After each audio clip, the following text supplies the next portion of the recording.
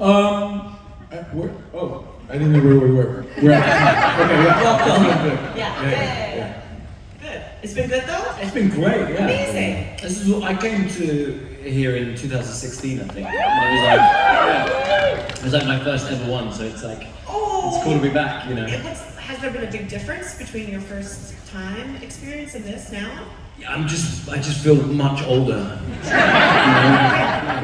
Well, I will say, I mean, I don't know if you've had to hustle back and forth, but there's two buildings that you have to go north to south if you want to go back and forth. It's a lot of fitness, so.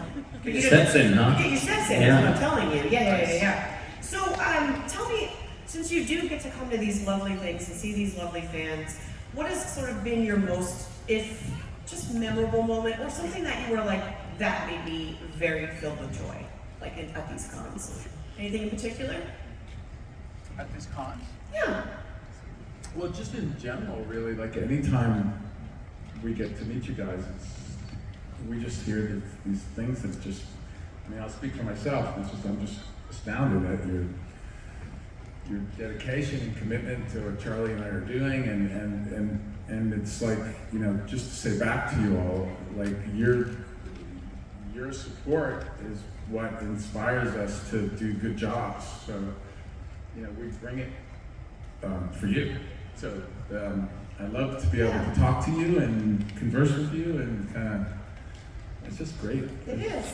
It's fun. Yeah, how about you, Charlie? Yes, I mean, it's the same sentiment, really. Like, most of the time, you know, you hear nice things about yourself from the people who would say it anyway, like your mom. Yeah. They're always encouraging, but you're like, yeah, right. You're like, yeah, you have to say that. I don't doubt that you believe it, but it does no basis in any facts. So, but when you hear it from you know, people who don't know you, have never met, and you know, they describe in detail why or how something has touched them and stuff, that's really meaningful. Absolutely, yeah. So it's a tremendous experience every time. I think it's also special because the amount of time that these amazing fans wait in line to be able to have that moment with you is, I know I've waited in those lines, and now just getting to hear and have conversations is, so we want to thank you. I mean, it's like amazing. And so, like, waiting in these lines, is there anyone in the, like, I guess, either con universe or universe that you would wait in that long of a line to talk to? Yeah, Vincent D'Onofrio. Okay.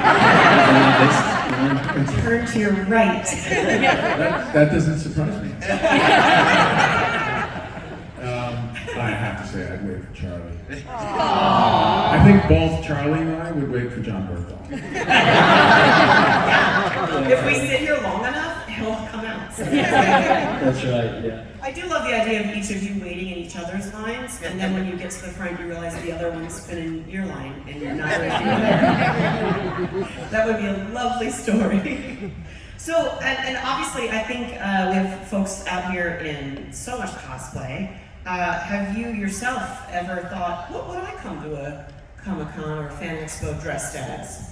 So I've been actually thinking about that a lot recently, because I think I might take my daughter to one this year for the first time. Yeah. So I'm thinking about, you know, we've got to dress up. Yes. So, as a duo, or like, do you know what I mean? Like, you could partner up with the idea, or? Well, she's 6, but I don't want to bring her street cred down too much, like dressing up with her, like, to figure that out. Yeah. How about you, Vincent? What would I come as? Yeah. Mary Poppins, or yeah. I don't know how you do that, but that's great. I did so much research for this. It's crazy that you knew that. I think I'd like to do Bluey. Your daughter would probably lose her mind, though, right? Yeah. Oh my God, the Bluey phase of that. What is Bluey here today? Is anyone dressed as Bluey? I haven't seen one. Okay. I haven't seen a Bluey. Well, work it out, folks, okay? So, I have the pleasure of talking to you all in Philadelphia too, but I'm just excited to sort of talk more about how both of you, and share with the fans, how both of you decided acting. I'm going to do that. Go ahead, Charlie.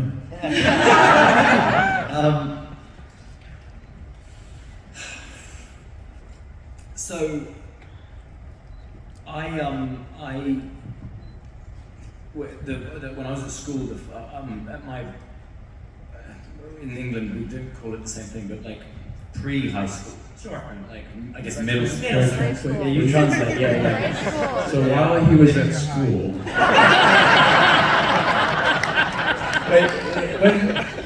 when my wife and I first got together, I said to her, put your boots in, put your wellies in the boot. Can you translate that? Put your wellies in the boot? put your boots in the trunk. Put the Part of the story? no, it's not. put the dummy in the pram. Dummy in the pram? I hope it's my baby in the stroller. Stroller's right. Stroller's right. The dummy, the dummy is the pacifier. I just invented an amazing game. You did. Let's just play this. Yes. Fluent in British. But listen, back to this. Yeah, one time, I have to say, can I interject here? So one time, Charlie and I, we were doing many interviews for Daredevil, on live interviews with video cameras and stuff. And we did this one, we were getting so bored with it that we did this one where each, without telling the person that was interviewing us, our answers would have to include a fish.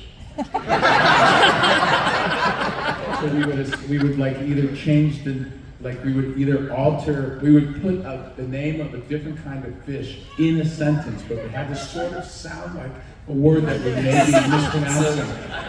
I remember a couple. Tell. So one of them, I said,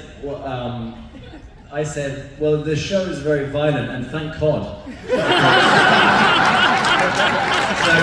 the one that got me, like, crying, and the guy, it was in a foreign country, so they weren't all fluent in English, so they probably weren't hearing it.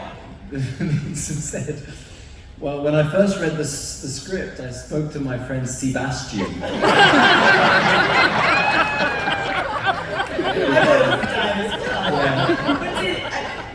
reminds me of the movie Super Troopers, where they try and say like meow as many times as possible. Maybe that could be your next game for each other. Like, oh, well, write meow and doing. Just do that. Good at That could be. It's really good, Charlie. Yeah, I would be. What's the question? I don't know. I don't think it matters at this point. I think it was more about acting and things like that on a serious nature. Oh yeah, I mean, the first when I was at like the equivalent, I guess, of middle school, they did some theatre, but they only did musicals because the parents loved. Okay. And I don't sing at all, and so I literally couldn't get involved. And one of the first plays they did, one of the musicals they did, I couldn't get a part because I couldn't sing. So they put me in the chorus, your only job is to sing, but they told me not to sing. So my job was to be in the background and mime, and I felt like such a useless element of that production. So then when I went to my high school, they did a serious play, they did some Shakespeare, and I went and auditioned and, kind of fell in love with it, and that's kind of where it started. It's so funny, the singing thing, I too cannot sing, but they put me in a play in college that literally in the script said, has the worst voice in town. I said, thank you so much, thank you so much. Did you get a musical background as well? Mary Poppins? You can sing. I can kind of. Yeah, I've heard him sing. Oh, that's lovely. When we take showers together, he's singing. You just created an entire fan fiction series. Shower scene musicals. Yeah, Charlie rocks me. I don't know what else to say. Oh, back to so I didn't know what I was going to do with my life. I knew that I would be comfortable on a stage because I got into magic when I was a kid. And so I got pretty good at magic. I was doing like parties and all kinds of stuff with, there was a Cuban couple that came over from Cuba. A lot of Cubans went to Miami at the time. I was living in Florida. And in our small town of Hialeah, this couple opened up a magic. They were actually entertainers, the two of them, and they were really successful in Cuba. But when they came over, they had a tough time, so they opened up a magic shop near the Winn-Dixie grocery store near our house. And I was coming back from, I had a little job at a diner that my mom worked at as a waitress. I did wash dishes there, and I was very young. I was riding my Stingray bicycle back home, and with a banana seat. Did you have a belt? Extended forks. Did you have a I just belt? want to say. And this couple were moving into this magic shop, and I thought, oh, what are they moving? Like, this is so weird. And because I saw like flowers coming out of boxes and stuff, and it didn't look like a florist, it looked like something else. And I asked them, and the guy said, you know, they were very sweet.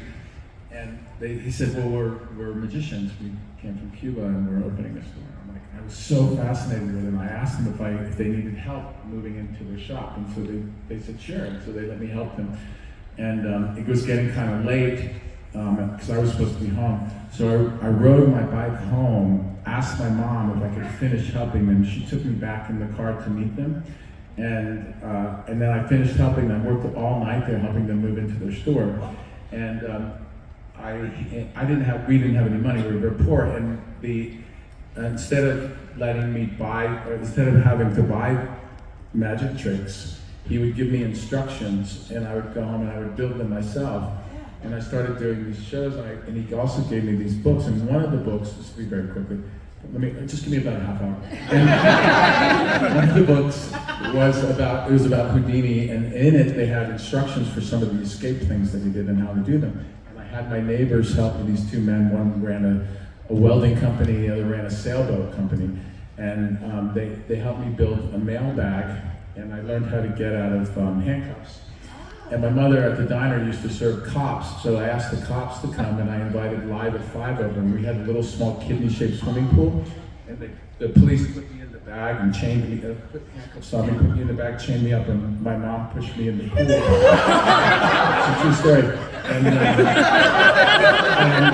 I drowned and died. So I actually lived. I know you can't tell, but I lived. And I started working all the time. I made myself a little business card that said, I don't even think it made sense. It said, impossible possibilities. And my stage name was Vincent. So original. I don't think I've ever told this story out loud. So I started doing magic shows, and I got invited to do conventions, and I got invited to a Ring of Magicians, which was like a union of magicians, and I met Blackstone Jr., and he taught me a card trick, and so I knew that I was comfortable on a stage. And my daughter studied acting all through high school and stuff, and she said, I'm going to go to New York and study acting, back where we all originally came from. Not mankind, I mean just Manchester. Yeah, because a lot of people think it's Africa, and it's not, it's New York. It's actually the Cox, yeah. But the truth is, it is Africa, actually not New York. And so, so I followed her to New York, and we started studying at this school called the American Stanislavski Theater, and we ended up touring for several years across the country doing classics. And then I ended up I started studying method acting. I got on Broadway. I ended up in my first film, Full Metal Jacket, when I was 24. I origin story of like how someone has just chosen this path, because it's a difficult path, obviously. So along your path of acting, have you had like the worst audition, and would you like to share with us what possibly the worst audition experience you've ever had was? I've had my fair share. I had a really bad one. It's my own fault. I went to an audition for Jim Jarmusch, who was I don't know if you guys know who that is, but in the 90s he was making some groundbreaking independent films. Maybe what the first independent films. I'm not sure, but like truly independent films. And you know, I knew I had a big audition the next day, but instead I stayed up all night. Yeah. Oh, you were there. I totally forgot. I was the one behind the desk. Well, you know, it's partly your fault. So, I literally kind of nodded out during the audition. Yeah. And I can't remember leaving. I obviously left. But I You can't. booked it, right? You booked it. I did not book it. But then I met him later on, like a couple of years later, and we started sort of like hanging out as friends, but he never gave me a job. I wouldn't either. How about you, Charlie? I pulled an all-nighter before my first Stardust audition. Yeah, and not intentionally. Yeah. And I'd already cancelled the first one because right, and it was right before Christmas. And it was like the last day before everyone broke up for Christmas. This audition, and I went out with some friends. We ended up back at my place, and then people just fell asleep late. And so I woke up. I didn't set an alarm, but I woke up and there were people sleeping on the couch and on the floor, and I just wanted to get out. And I remember thinking, I had an audition today. And so because I wanted to get out of the house because there were people asleep on the floor, so I went to audition. Oh, good. Went really well. Booked it. See, Vincent, that's how you prepare. We're learning lessons here. So, besides acting and things like that, do you ever see yourself like, oh, I wonder, I could have been a doctor, or you could have been if you were little Charlie, little Vincent was like, besides acting, I want to be an astronaut. Was there anything else that you were like, that would be cool too? Like if you weren't acting? Yeah, I mean, similar. My goals were much lower than obviously yours. Mine were more maybe I could just mow lawns for a living. I could do that. There was things that I knew that I could definitely do, but none of them were astronauts or lawyers. I'm pretty sure I'm the luckiest guy in the world to have been successful in acting, and I'm very grateful for that. Yeah. Very grateful. Fantastic. So maybe when you retire from acting, you could start a landscaping business. That's a good idea. Mary Poppins and lawn care. Charlie, I'm workshopping that bit. Sorry. What do you think if you could be anything else in the world besides? I honestly don't know. I mean, the thing I always think I would love to do is be a travel writer. I don't know if I could do it or not, but I love traveling, and kind of secretly harbor an idea that if writing about places and I've been to or experienced, I might have enough passion there that I could do it to some degree. So I've always liked that idea. I've always loved the idea of being kind of on the road and don't know where I'm going next kind of thing. And have you ever done something like that where it's just many times? Yeah. Many times. And so, I used to have a deal with myself, which was that after every job, as an actor, there's never a good time to go away. Sure. Because if you have a job, you're preparing for it, and you're thinking about it and obsessed with it, and you're like, I want to go now, because and if you don't have a job, you got to wait for the phone to ring and get an audition, and there's never a good time. So I made a deal with myself that after every job, I would find at least a couple of weeks to go somewhere I'd never been. And until I had children, I really committed to that. I did it every time, and as a result, I've had some amazing experiences and traveled, almost all over the world. Is it often you go by yourself in those moments, or do you go with others? Almost always, yeah. Really? Yeah, that was kind of part of it, I think. It just forces you into a place where you have to experience the culture in a way. You can't rely on your buddy to just live how you live in your own city with your friend. You have to reach out. You have to make friends. You purposely choose places like hostels where you're going to meet people who similarly want to hang out and do things. And I've made amazing friends and had extraordinary experiences. I I think it's awesome to be able to do things by yourself. I think sometimes we forget, like, because we're so connected on digital things, so connected, like, always around each other.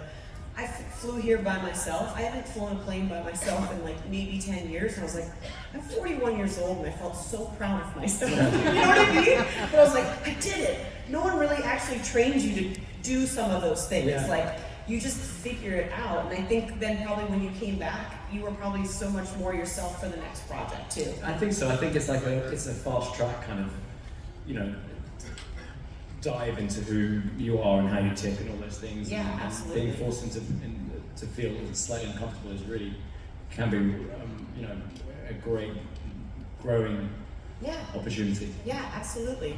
So I asked other folks this, that I was talking to some of our lovely guests this weekend. So we're creating a Spotify playlist, okay, of like my good friends, you're now my good friends by the way, of their favorite songs. So that way I have this playlist of like, just what song do you feel like, I'm in a bad mood or I need to be pumped up, like what is the song that you would either travel with or mow lawns to? If you have a favorite. It doesn't have to be like your favorite, because here's the thing, I don't want this to be a stressful question. I can tell you, do you want to know mine? Yeah. It's Dreams by the Cranberries. Cool. That's like, the Cranberries saved my life, I swear to God. That band was amazing. So it doesn't have to be like a popular thing, but just something that you're like, oh, I put that on often. You know, like you know, the temptation to avoid the cliche and say something no one's ever heard of, but I think arguably one of the greatest songs ever written is Van Morrison's Sweet Thing. Yeah. Oh, I'll add that to my list. Thank you. Thank you, thank you. Richard, do you have a favorite jam? Or just a song? It's a spoonful of sugar.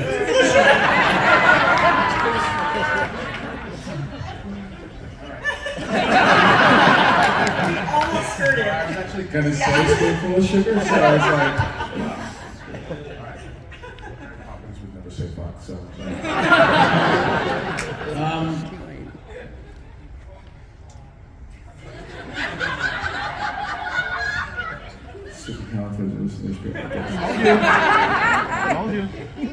Okay, but say it backwards. Can you say it backwards? Can you say it backwards? No, can you? No. Why are you challenging? You're the expert. Gauntlet. Like, we're not playing that game. Challenge Vincent. Just felt like hearing me say that. Well, I'll circle back to it. I don't want you to like your brain It's too just stressful. explode. It is. No, There's it's so many funny. songs. Anyway, I don't think I have a favorite song these days. I just listen to, you know, ever since Spotify, I just listen to so much more music than I ever did. Yes. I always listen to music, but it's like there's constant music playing in my house now, and so it's like I have like yesterday. Like the last playlist I listened to before I came here was on Spotify was Marvin Gaye's playlist, and that's just, you know, you forget all the great stuff that Marvin Gaye did. Like it's incredible, you know. I think that's the awesome thing about music is that like I can't just be in a space with nothing. I need that to be filled. So music is the perfect thing for that. Thank you for adding 2 lovely songs. Well, I'll add in Marvin Gaye's entire repertoire. Thank you. And one Van Morrison. One band. Along those lines, do you all have like a movie that's your comfort movie or a show that you binge often? I've watched Schitt's Creek more times than I can count. Yeah.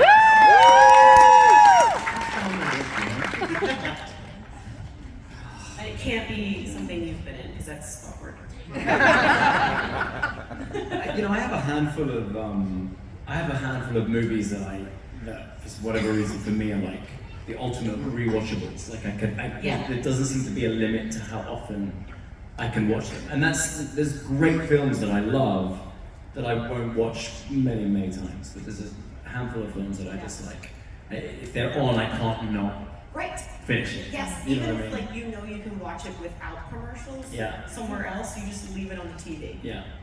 So, you know, like a recent one that I found that to be the case is Moneyball. I can just watch that. Nice. I just think it's such a tremendous movie. Yeah.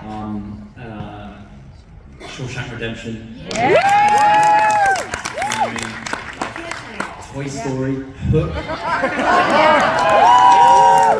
I don't want to wish my children's childhood away, but I cannot wait to watch Hook with them.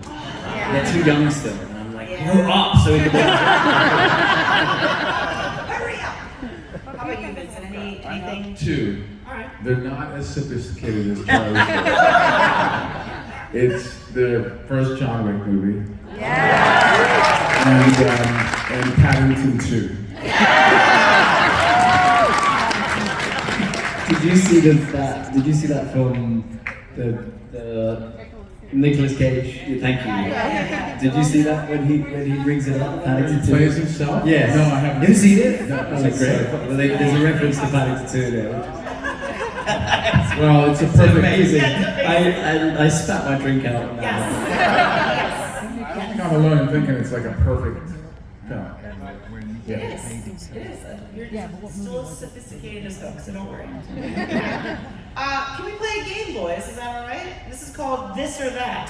I have played this a few times now, and I still have not written a theme song. So I'm just going to ask you a few things, and you're just going to say, Ladies and gentlemen, it's this or that. "Thank you." I'm going to use that sound bite now. All right, you don't have to think too hard about these, all right? So the first one is a vacation or a staycation.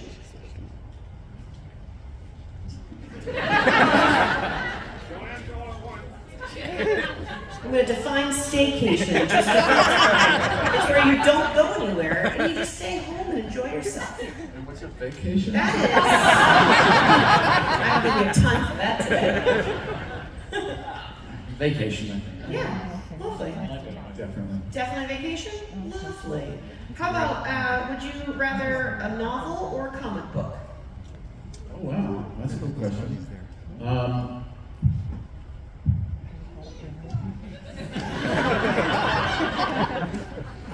I think a comic book. Great, great. They would have turned on you so quickly. I felt the pressure. So, I haven't read a novel in a long time. I've read books, obviously I read books and I like to write a lot, but for comfort, I like short stories and comic books and graphic novels and stuff like that. Great. Do you have a Yeah, preference? same. Same. How about, zombies or vampires? I don't know. Because these have no Well, sting. vampires are sexier. Yeah. So Zombies are like, all right, like nobody wants a zombie. Like nobody wants a zombie. Like, I love this rating system. it's like, hello, it's a zombie. Go away. And it's like, hello, who is it? It's a vampire. You like think for a second. Yeah. Have you played either? It's kind of like, I mean, Men in Black is not a zombie. Yeah. I think the character in Men in Black was basically the root of all zombie films.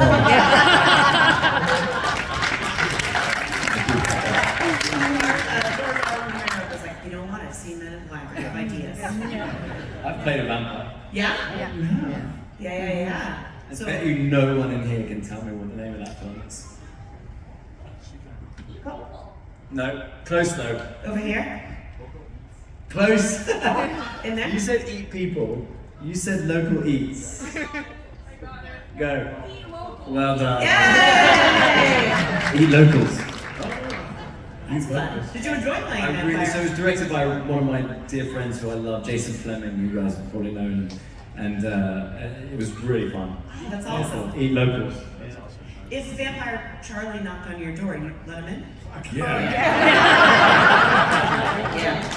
And this might be controversial, this question, because we are in Canada. And I can pull the audience before you answer if you want to feel comfortable. But do you prefer ketchup chips or all dressed chips? What's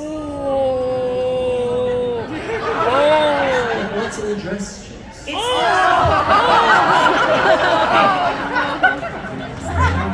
Charlie, I'm gonna let you know that they're disgusting. Is this a Canadian? Yes. Yes. Yes. All dress. All dressed. It's all Wait a the minute, you know we're flavors not Canadian, together. right? Oh, we have either. Thank you so much. Yeah. Little taste test. I'm gonna tell you right now. Oh, this is so exciting. This is like the Pepsi challenge. I feel like one of the Hyam sisters when I do stuff like that. Yeah. All right. I'll give you a moment. This is your tasting chip. Tremendous.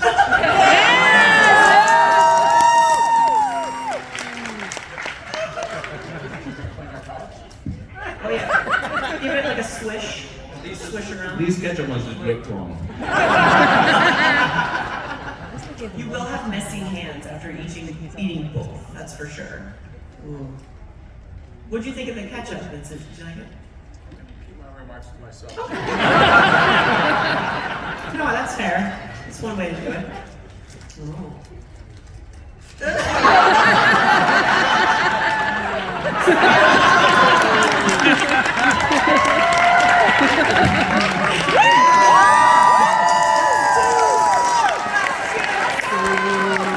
Oh my goodness.